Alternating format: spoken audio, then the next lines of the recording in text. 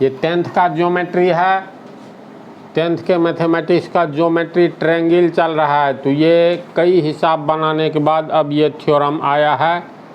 पाठ 35 याद रखना थ्योरम है, और इस पर आधारित आगे वाला एक्सरसाइज और उदाहरण में प्रॉब्लम्स है। तो थ्योरम 6.6 साबित करे कि दो समरूप त्रिभुज के क्षेत्रफलों का अनुपात उनकी संगत भुजाओं के अनुपात के वर्ग के बराबर होता है। इसका अर्थ हुआ दो समरूप त्रिभुज दिया हुआ है, जैसे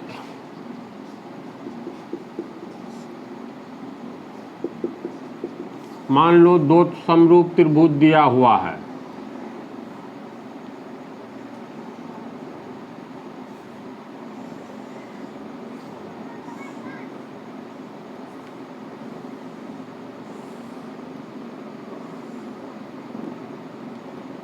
त्रिभुज ए बी सी, त्रिभुज डी ई एफ, यानी थ्योरम के अनुसार दो समरूप त्रिभुज के क्षेत्रफलों का अनुपात। तो मान लेते हैं, माना कि ए बी सी एवं डी ई एफ दो समरूप त्रिभुज है, मानेंगे। पहले तो मानना पड़ता है। तो माना कि त्रिभुज ए बी सी समरूप है त्रिभुज डी ई एफ के। जब दो त्रिभुज समरूप होगा तो क्या क्या होगा? दोनों का संगत कोण पहले समान करेंगे। कैसे करेंगे? तो पिछले पार्ट में बतला दिए हैं। यहाँ पहले ए है और यहाँ पहले डी है। इसका अर्थ हुआ त्रिभुज ए बी सी समरूप है त्रिभुज डी ई एफ के। तो ये पहला कोण ए डी के बराबर होगा, दूसरा बी ई के बराबर होगा, तीसरा सी एफ के बराबर होगा। तो ए बराबर डी, अगर ये कोण मान लो अल्फा है तो ये कोण भी अल्फा है। कोण बी बराबर कोण ई, ये कोण थीटा है तो कोण ई भी थीटा है। कोण सी बराबर कोण एफ, कोण सी बराबर एफ, तो ये डेल्टा है तो ये भी डेल्टा है। ऐसे हम लोग मिलान कर लेंगे। फिर जब दो त्रिभुज समरूप होता है तो समान कोण के सामने की भुजा का अनुपात भी समान होता है। चूँकि दिया हुआ है दो त्रिभुज समरूप है, कोण समान कर लिए, तो अब भुजा का अनुपात भी इसी ढंग से समान करेंगे। तो चलो डेल्टा कोण लेते हैं पहले इस त्रिभुज में, तो इसमें भी डेल्टा लेंगे। डेल्टा के सामने खड़ा हो जाओ, तो सामने वाली भुजा ए बी है, इसका मतलब ए बी लेंगे। फिर अनुपात या बट्टा, अल्फा के सामने पहले में लिए तो समान कोण, इसमें ये एफ है अल्फा, तो समान कोण के सामने की भुजा का अनुपात, तो अल्फा के सामने ए बी, तो इसमें अल्फा के सामने खड़ा हो जाओ D E, sorry delta, delta के सामने खड़ा हो जाओ यहाँ ये डेल्टा के सामने ए बी, इस डेल्टा के सामने डी ई, डी ई। फिर कोई कोण चुनो, ये कोण चुन लिए। अगर मान लो हम लोग ये कोण चुनते हैं थीटा, थीटा के सामने ए सी है तो ए सी, इसमें थीटा के सामने डी एफ है तो डी एफ बराबर, तीसरा कोण बच गया अल्फा, अल्फा, अल्फा के सामने खड़ा हो जाओगे यहाँ तो बी सी नज़र आता है, और इसमें अल्फा के सामने तो ई एफ। इसका अर्थ हुआ जब दिया हुआ है दो समरूप त्रिभुज है तो हम लोग कोण समान कैसे करेंगे? इसी ढंग से, कोई दूसरा ये नहीं है उपाय। जब कोण समान हो जाएगा तो दो समरूप त्रिभुज में समान कोण के सामने की भुजा का अनुपात समान होता है, तो समान कोण के सामने का भुजा लेते जाओ, अनुपात बैठाते जाओ। इसका मतलब दो त्रिभुज समरूप है तो ये बातें दी हुई है। ये हो गया समीकरण 1, समझा? ये दिया हुआ है। अब साबित क्या करना है? तो हमें साबित करना है कि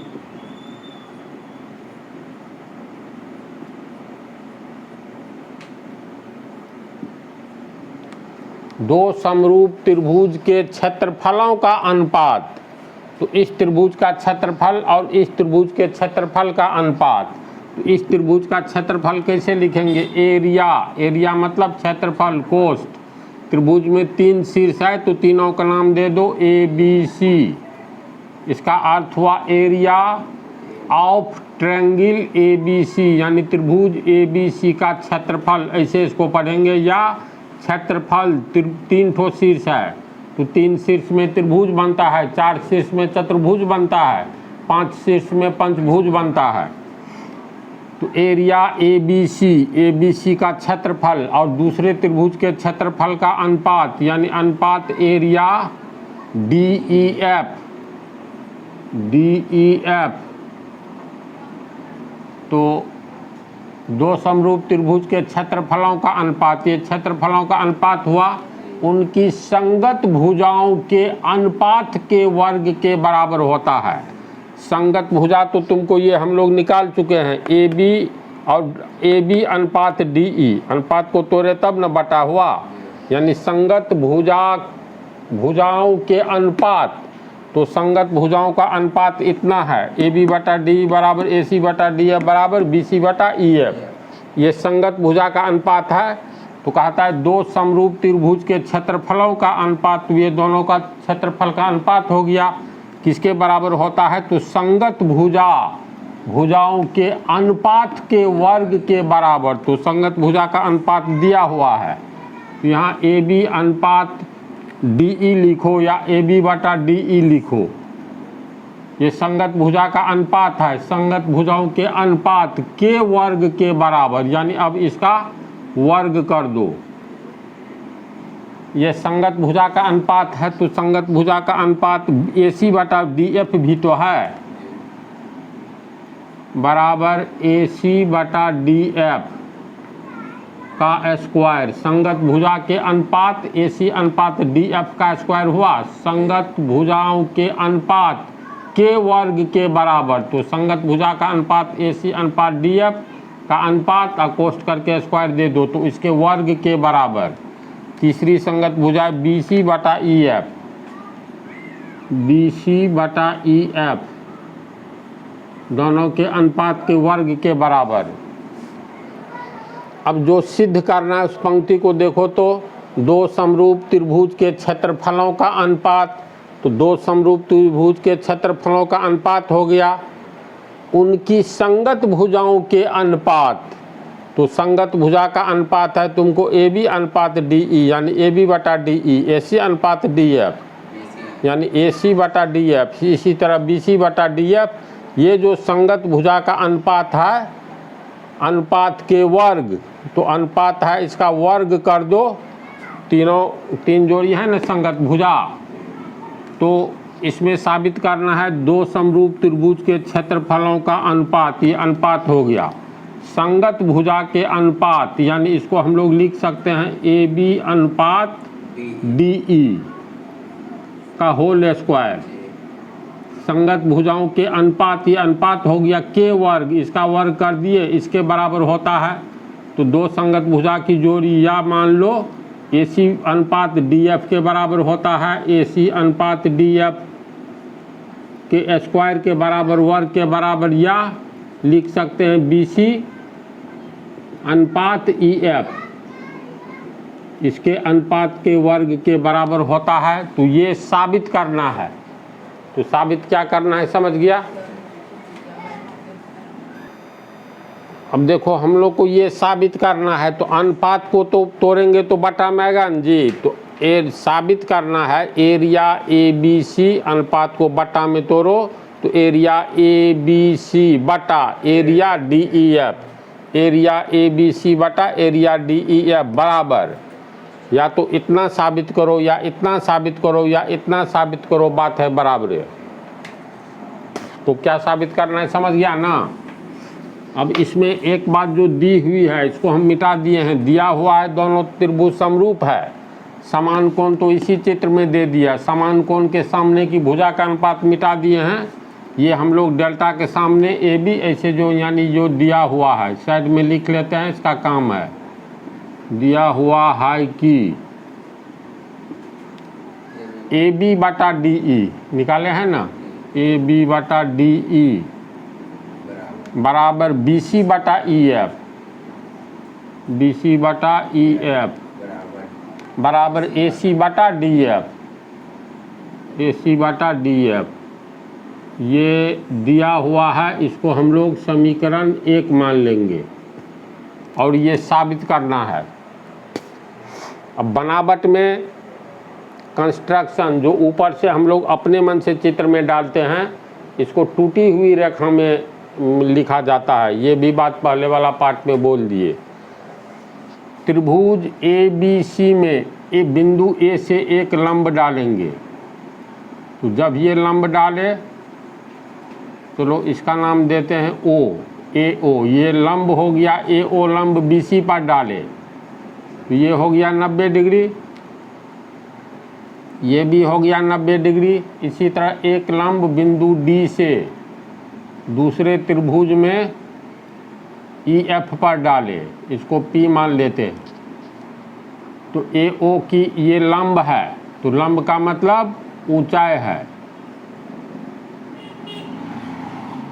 तो ए ओ बी सी को आधार लेंगे तो ए ओ ऊंचाई का काम करेगा। ऊंचाई की परिभाषा बताएं, किसी भी त्रिभुज में किसी भी आधार की ऊंचाई उस आधार के सामने वाला शीर्ष से खींचे गए लंब को कहते हैं। तो ए ओ हो गया शीर्ष से, बी सी के सामने शीर्ष ए से खींचे, इसको H1 मान लेते हैं, हाइट लंबाई। और DP जो लंब खींचे हैं EF के लिए, EF पर इसको H2 मान लेते हैं। तो ये बनावट में लिखेंगे, त्रिभुज ABC में AO लंब BC पर डाला एवं त्रिभुज DEF में DP लंब EF पर डाला। ये बनावट में लिख करके इसके बाद और प्रूफ।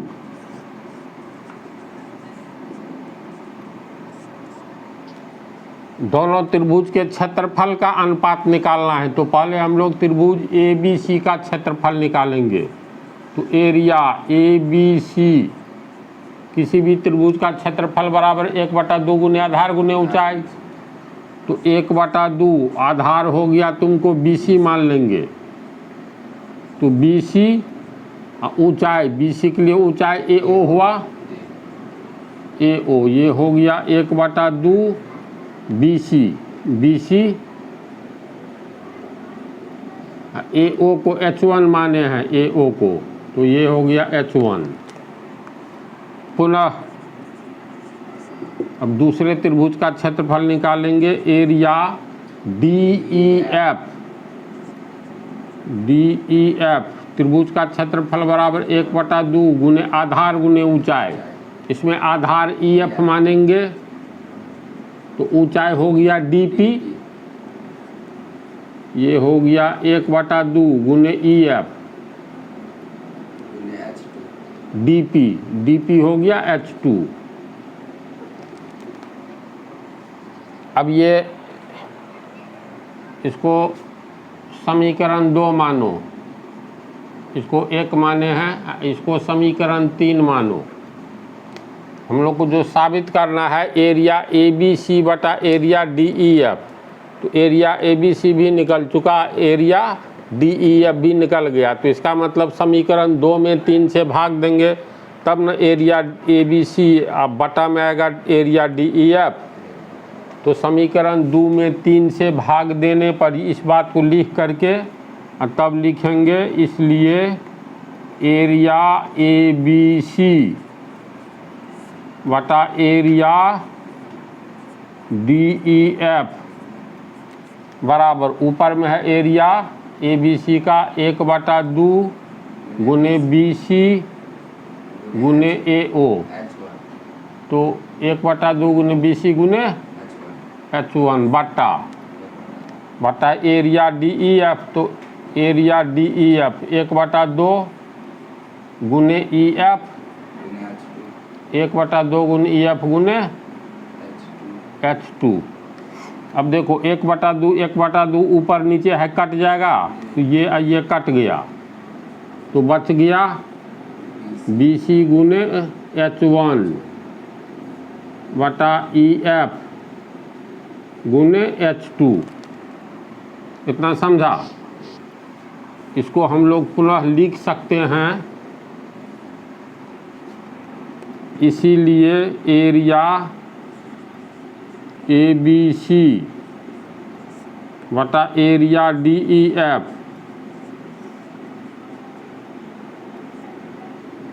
बराबर इतना हुआ ना। तो इसको लिख सकते हैं, देखो x गुने 3 बटा y गुने 4 है।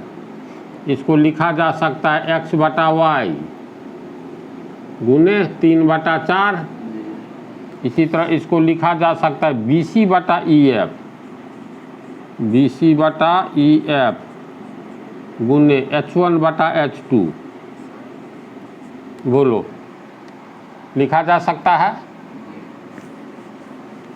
तो इस तरह से हम लोग इसको कोई समीकरण मान लेंगे, नाम दे देंगे। मान लो समीकरण 4।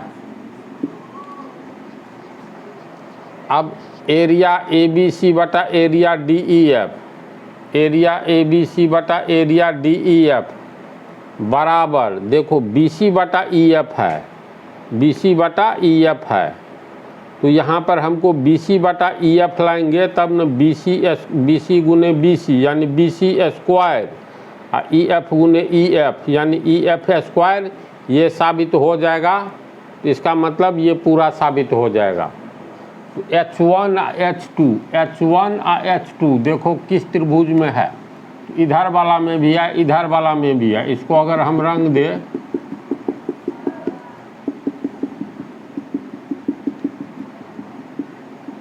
तो इस त्रिभुज, दोनों रंगीन त्रिभुज का तुलना करने जा रहे हैं। लिखेंगे अब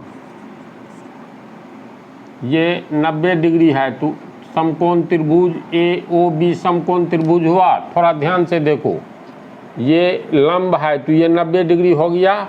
इस त्रिभुज में दो ठो समकोण त्रिभुज बना, एक ठो समकोण त्रिभुज AOB ये 90 डिग्री है, दूसरा समकोण त्रिभुज AOC जो इधर वाला कोण 90 है, इसमें इधर वाला। तो जिस त्रिभुज का एक कोण 90 डिग्री हो उसे समकोण त्रिभुज कहते हैं।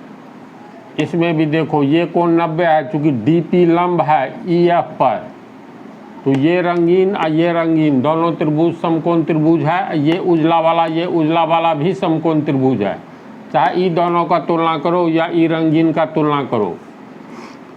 तो हम लोग त्रिभुज समकोण त्रिभुज AOB, समकोण त्रिभुज AOB एवं समकोण त्रिभुज DPE ई दोनों में तुलना करेंगे। तो इस समकोण त्रिभुज AOB में ये कोण 90 डिग्री है, यानी कोण AOB 90 डिग्री है। तो दूसरे त्रिभुज में ये कोण 90 है, यानी कौन सा कोण 90? तो कोण DPE बराबर 90 डिग्री। दोनों त्रिभुज में एक एक कोण मिला। पुनः त्रिभुज AOB में ये कोण थीटा है, त्रिभुज DPE में ये कोण थीटा है, यानी कोण B बराबर कोण E। तो कोण B बराबर कोण E बराबर थीटा। तो दोनों का दो दो कोण मिल गया, तो तीसरा तीसरे के बराबर होगा ही। तो समरूपता के सिद्धांत एंगल मिला, ये एंगल पहला का दूसरे से फिर मिला, और तीसरा तीसरे के बराबर होगा। अगर लिख देंगे तो लिखेंगे समरूपता के सिद्धांत AAA से, या समरूपता के सिद्धांत AA से त्रिभुज AOB एवं त्रिभुज DPE समरूप होगा। इसलिए समरूपता के सिद्धांत AAA से त्रिभुज AOB यानी त्रिभुज AOB समरूप त्रिभुज DPE होगा। इतना साबित हो गया। अब इतना साबित हो गया तो दो त्रिभुज जब समरूप होते हैं तो समान कोण के सामने की भुजा का अनुपात समान होता है। इसमें समान कोण अगर हम लोग लेते हैं तो त्रिभुज AOB में ये 90 डिग्री के सामने का भुजा लेंगे तो AB है, इसलिए जब ये दोनों समरूप हो गया तो AB बटा, अब इसमें भी 90 लेंगे तो इस रंगीन में इस 90 के सामने DE है, AB बटा DE बराबर इस समकोण त्रिभुज में थीटा के सामने देखो H1 है तो H1, दूसरे में थीटा के सामने H2 है तो H2, यानी समान कोण के सामने की भुजा का अनुपात समान होता है, तो ये हम लोग बैठाए हैं समान कोण के सामने की भुजा का अनुपात, तो H1 बटा H2 बराबर कितना हुआ, यानी H1 बटा H2 बराबर AB बटा DE हुआ ना। अब देखो दिया हुआ है AB बटा DE बराबर BC बटा EF, यहाँ BC बटा EF है ना, H1 बटा H2 का मान कितना आया AB बटा DE, तो लिखेंगे समीकरण 1 से AB बटा DE बराबर BC बटा EF, तो AB बटा DE बराबर BC बटा EF, BC बटा EF, तो लिख सकते हैं इसीलिए AB बटा DE बराबर अंत में निकला BC बटा EF, BC बटा EF, इसको मान लो समीकरण 5 मान लेंगे, तो H1 बटा H2 बराबर BC बटा EF निकला है ना, तो यहाँ निकला है H1 बटा H2 बराबर BC बटा EF। अब इस समीकरण 4 में H1 बटा H2 का मान रखेंगे, BC बटा EF रख सकते हैं ना, तो लिखेंगे समीकरण 4 में H1 बटा H2 का मान रखने पर, जब H1 बटा H2 का मान रखेंगे तो अंत में क्या पाएंगे, अंत में पाएंगे और एरिया ABC बटा एरिया DEF बराबर BC बटा EF गुने H1 बटा H2 बराबर BC बटा EF। समीकरण 5 से H1 बटा H2 का मान रखेंगे तो BC बटा EF, तो BC बटा EF होगा, हाँ BC बटा EF, H1 बटा H2 आया ना, तो H1 बटा H2 का मान रखेंगे तो BC बटा EF, ये पहले से है ही, अब दोनों को गुना करो, BC गुने BC, ये है EF गुने EF, तो BC बटा EF का ये होल स्क्वायर हुआ, इसलिए एरिया ABC बटा एरिया DEF बराबर BC बटा EF का होल स्क्वायर। चूँकि BC बटा EF बराबर AB बटा DE है, तो हम लोग लिख सकते हैं इतना बराबर AB बटा DE, BC बटा EF है AB बटा DE, तो BC बटा EF AB बटा DE, फिर BC बटा DF का स्क्वायर है, इतना बराबर इतना, तो इतना का स्क्वायर बराबर इतना का स्क्वायर होगा। इसी तरह BC बटा EF बराबर देखो तो AC बटा DF है, तो लिख सकते हैं AC बटा DF का स्क्वायर, देखो साबित हो गया, यही साबित करना था, एरिया ABC बटा एरिया DEF, एरिया ABC बटा एरिया DEF बराबर साबित कीजिए BC बटा EF स्क्वायर या दूसरा संगत भुजा का अनुपात का स्क्वायर, यानी AB बटा DE स्क्वायर बराबर AC बटा DF स्क्वायर, हो गया साबित, प्रूव्ड। तो इस हिसाब में जो है कोई जान नहीं है, थ्योरम में थोड़ा क्रम से जो हम बतलाए हैं ऐसे देखते जाना, इसका जो है नोट भी है, इसमें क्रम से लिखा हुआ है, पाठ 36-35 है ना ये, तो पार्ट 35, ये देखो पार्ट 35 का है। थ्योरम कैसे साबित होगा जो बतलाए हैं, इसका नोट तैयार है। ज्योमेट्री को समाप्त होने दो, इसके बाद नोट मिल जाएगा। तो इसमें इस पार्ट में ओनली इस थ्योरम को कहीं कोई प्रॉब्लम, अगर दोबारा प्रॉब्लम हो तो वीडियो देख सकते हो, सब कुछ क्रम से समझाए हैं।